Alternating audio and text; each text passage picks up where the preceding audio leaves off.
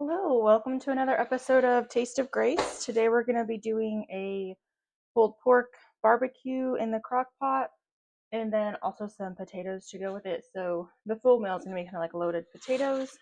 And so I'm going to start by getting this pork butt in the crock pot. This was on super sale this week, so that was nice. And wrapped in lots of plastic. Okay, so for this one, oh my gosh, I forgot how big my crock pot is. I think it's an 8 quart, 6 or 8. And I'm probably going to be using all of that.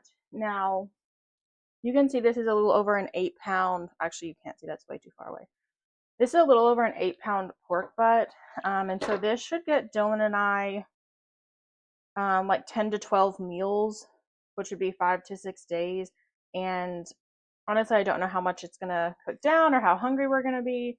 And so that's kind of why I don't know the exact on that. But I am making, I think actually technically 14 potatoes, but some of them are a little smaller.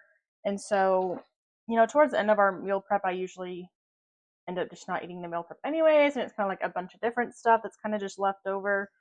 Because it's hard to know exactly what you're doing there without plating it.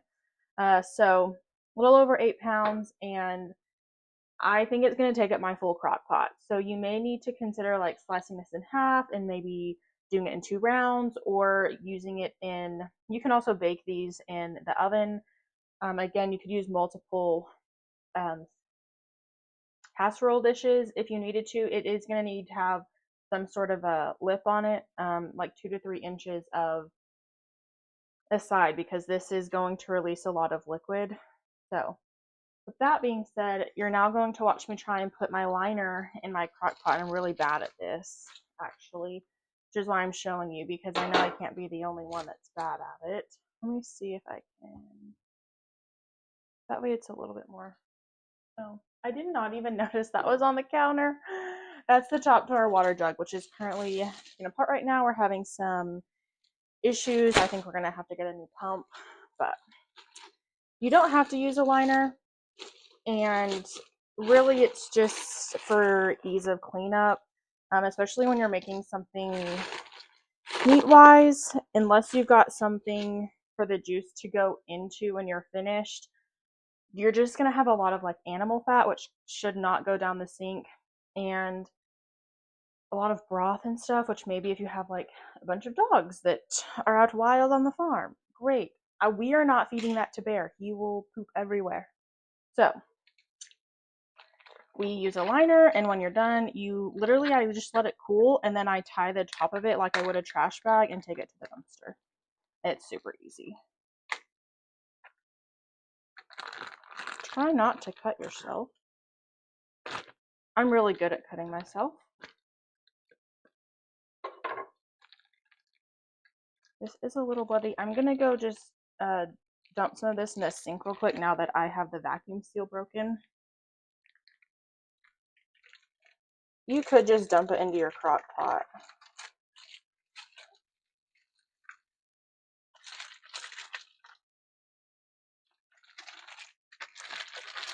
Okay. Oop, forgot to close my drawer.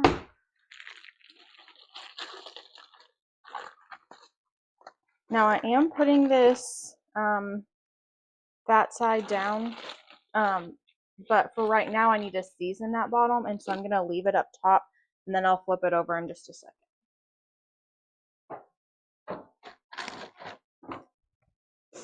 We're actually going to start with some orange going on this. Oh my gosh, if I can open it. I'm going to tell. I recommend using some sort of citrus basically anytime you cook pork. Like maybe if you were doing a schnitzel, no, but like pineapple pork loin, adding lime or lemon to sort of the Mexican, Hispanic flavored pork goes a long way. Today I'm just using like a pork rub that was left in my cabinet from a previous roommate, and I'm going to use an orange with it. You could use orange with ham. You could use pineapple with ham.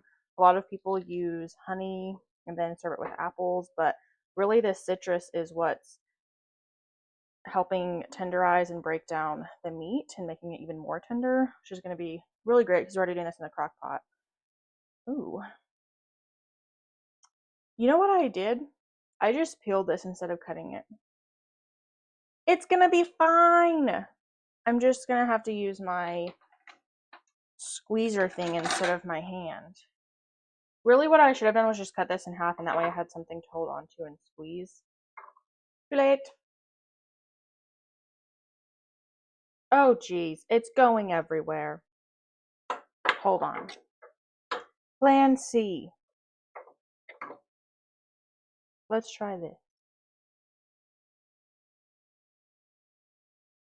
So maybe I should flip it this way. You can actually see the orange juice running down the pork as I squeeze it on there, which is what we want. And then I'm only gonna do a little bit on this side because then it's gonna sit on bottom. So I'm not trying to get the orange to make my rub stick. Now again, this was just in my cabinet. It smells really good, and I'm sure I've eaten it at some point, but I don't remember, so I hope it tastes good. Otherwise, this says the perfect blend is paprika, mustard, cayenne pepper, and salt. You can definitely use your own rub. This one is gluten-free, so that's nice. Fireandsmokesociety.com. And then it tells you all these different things about it. It does smell like real smoky, which I typically don't like. I kind of hate fake smoke flavor and smell, and it kind of makes me sick. But this one isn't too strong, so I think I'm gonna be okay. I would recommend just using either a barbecue rub or a barbecue sauce. One of the ladies that I know just gets like a whole bottle of barbecue sauce and just dumps it on hers, and that works really well for her. It does contribute to the liquid that is left when she's done. I'm gonna flip aside so that maybe the air will run out of that. Okay, so now I don't need that orange. That's kind of sad. Makes me wish I had some chickens or something. Do chickens eat oranges? I'll have to ask my mom. She has chickens. Okay, here we go. I'm kind of starting on one edge, trying to get that to run down that side. Yeah, I definitely should have just squeezed with my hand because it's kind of getting stuck in my squeezer. Is that what this is called? A squeezer? A juicer? But then that's like a machine. I don't think that makes much sense.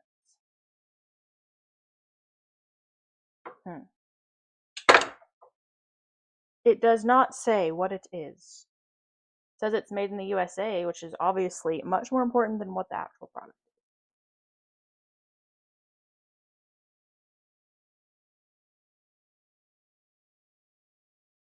I should have just done this one at a time. What am I doing? Oh, geez, that just sprayed everywhere. That's going to be sticky. I'm going to have to find that later.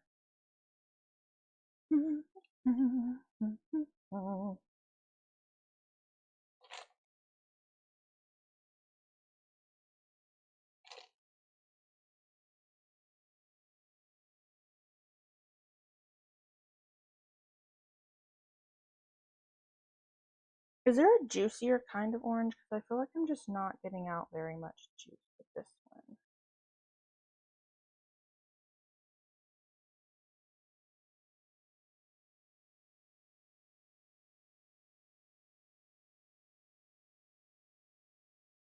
It's just kind of hard. I mean, it's worse than like a. No, it's not worse. It's about as bad as a dry lime.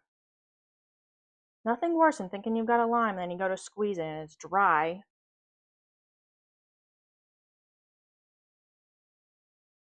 One good thing about using it this way instead of squeezing the half of the orange is that I think I'm catching most of the seed. It's like a seed piece that was able to squeeze through the hole, but for the most part, pretty impressed that I'm not having to pick up all the seeds. You could also just squeeze the half of the orange into some other container, and then I forgot to preheat the oven. Okay, you could squeeze the orange into some container and then pour that on. I'm gonna preheat my oven real quick because I have to bake the potatoes too, and I'm gonna turn that on to 450.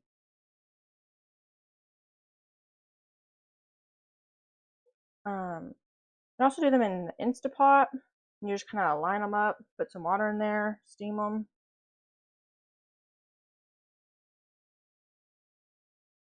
I think I'm gonna be good after this squeeze. I think I've pretty much gotten there. Come on. Okay. So now I'm gonna go on with the rub. You can sort of use your hand to help guide it. This is coming out really poorly. That's annoying. I guess I'm just gonna use my hand to pat it on. Keep in mind that part of the meat that you've got in here, at least with the pork butt that I have, is going to be bone. It is bone in. Not what I wanted, but I'll make this work. As far as putting the seasoning on,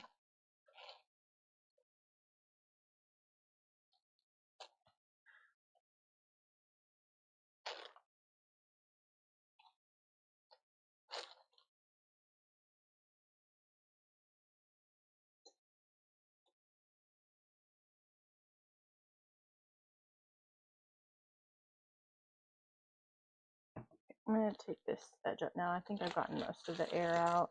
Whoop. That didn't go very well. This is what I mean by fighting with the liner, okay?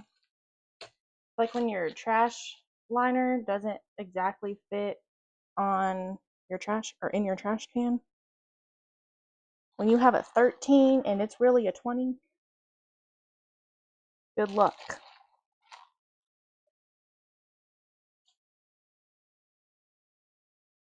Okay. Just gonna press that on the top.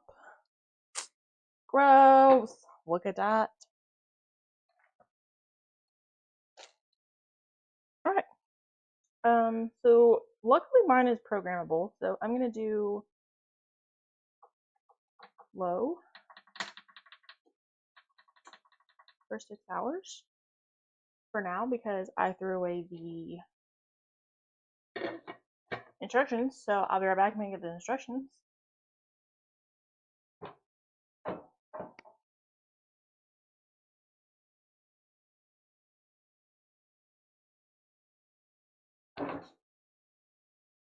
Okay, the instructions say high for 6 to 7 hours.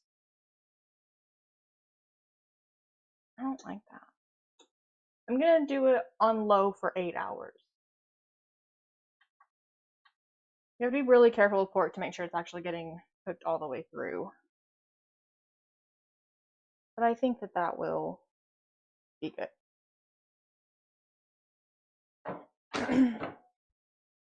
Oh, I almost forgot my secret sidekick trick. Let me wash my hand real quick and I'm going to show you the final step to putting that in the crock pot.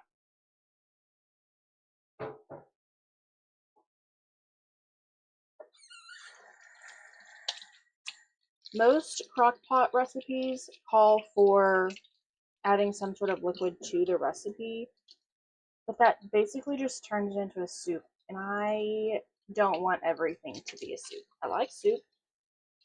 I don't want everything to be a soup. So I put water between the liner and the ceramic pot of it,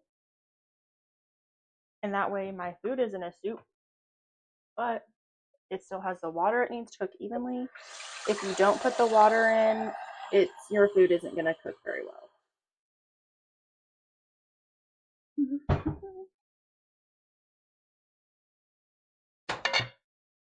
Where did I just, oh, I had it over here. Where'd that come from? Okay, so here I go again with this liner, taking it off. And I'm going to scoot this over here just a little bit. So you can see, like right in here, there's a whole gap, like big enough for my hand to fit. And so that's where the water's going. And Am I leaking? No, that's just my hand dripping. And if I cover this back up, ooh, it's already a little toasty. I can see it already, like it's all the way nearly to the top of the pork loin over on the other side. And so it's surrounding the pork loin, and that will help it cook evenly. The lid goes on, and then you don't touch it. Don't come back and check on it when the timer's off. Then you can check the temperature, and with it being pork, I would definitely recommend checking the temperature. Okay, let me put this over here. And this can go away. We're now going to move into our potatoes. And so I'm just going to move some of this off to the side. These are actually really dirty. They touched pork. Well, I guess, heck if I know. I don't remember what I did.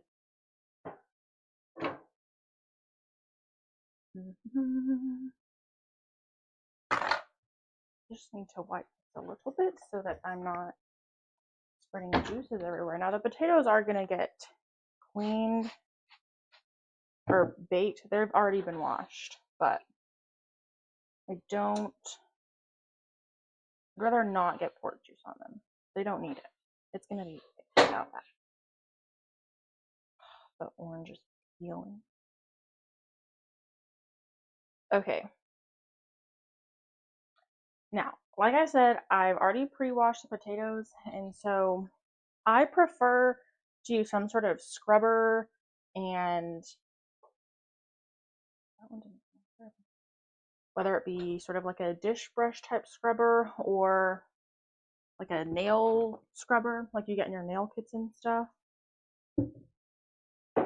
It's just hard to get all the dirt out of the little crevices, and the last thing you want is for your potatoes to taste like dirt or to just straight up be eating dirt. So I'm gonna actually start with a little bit on the bottom.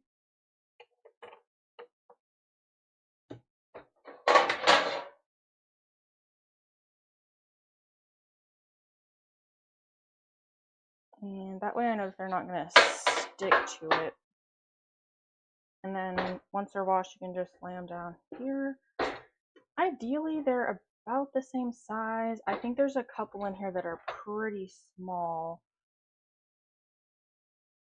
You want just a little bit of space, but it doesn't have to be a whole lot. Some people pack them in really tightly together, but I just find that they don't cook very quickly. Or I guess I should say they cook faster when they have just a little bit of space.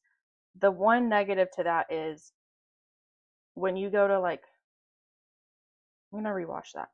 When you go to lift these out of the oven and they're like this, they are gonna roll around. So you do have to be more careful about not tipping it. But you could just put them together and they're still gonna cook. It's not that they're not gonna cook. This is just the way that I prefer to do it. And these last couple ones, see, like these two, I don't know, they're about the same size as that one. I think they'll be okay. There's definitely some variation. Okay, so we're gonna go on with some more olive oil. You could definitely do butter. I know some people are in like carnivore diets or whatever. Keto. I guess olive oil should still be considered keto though, right? Because it's just oil. Maybe helping your arteries out there. And then a couple ways you can do this. Have you ever heard of Lowry's? It's like the mother of all seasonings. I'm probably going to use that one. This one is actually less sodium. And then, not that. This is onion powder. I'm going to do both of these. You could also just do salt and pepper. It's ready. Okay, so we're just going to sprinkle these. And again, this is just going to season to your tasting. We're going on with barbecue pork, so they're already going to be pretty flavorful, I think. I hope I seasoned it enough. And you just kind of want to cover each potato lightly. And then we're going to roll it around Make sure it's got seasoning on all sides.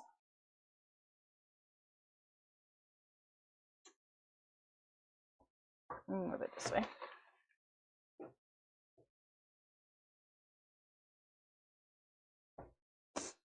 Probably, I don't really know there's a better way to do this. I feel like you just gotta get in there with your hands. I don't think my Meemaw was this messy with it though. What was, maybe she just wasn't adding enough or as much oil and seasoning as I am.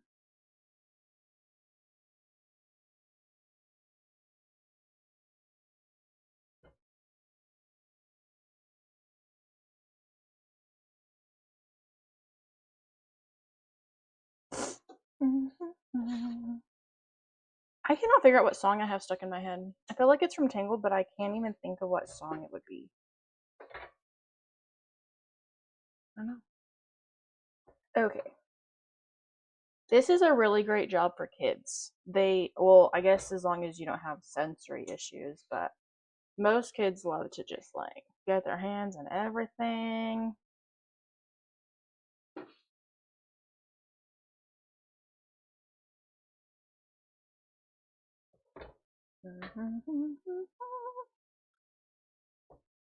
It's not oil.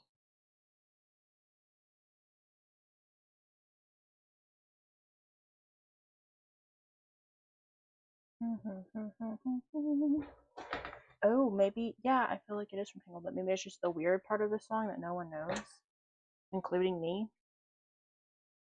Okay. Just gonna adjust their placement just a little bit because I moved all of them. That's that. And now my hands are again covered in mess, so I'm gonna go rinse these real quick. And then the last step is just covering that in tin foil. And you really do want to use enough to actually get a good seal because they're gonna basically kind of steam themselves in there.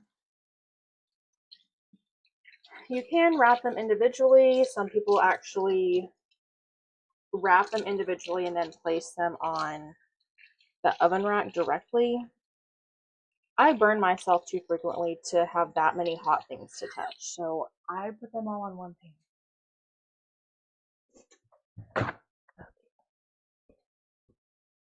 Then tin foil.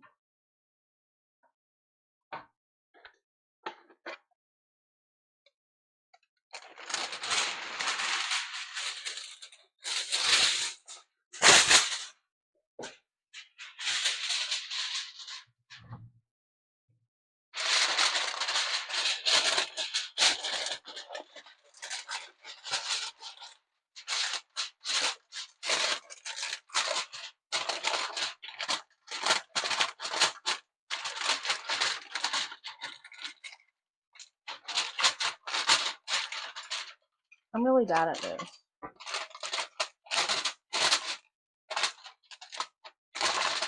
You really need to get a good crimp on it, I guess.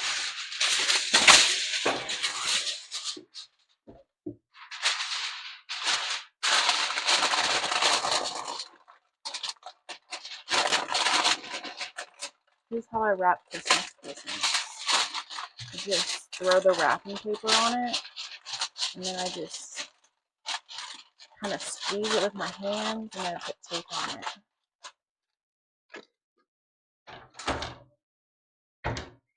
Okay, so again, the oven's at 450.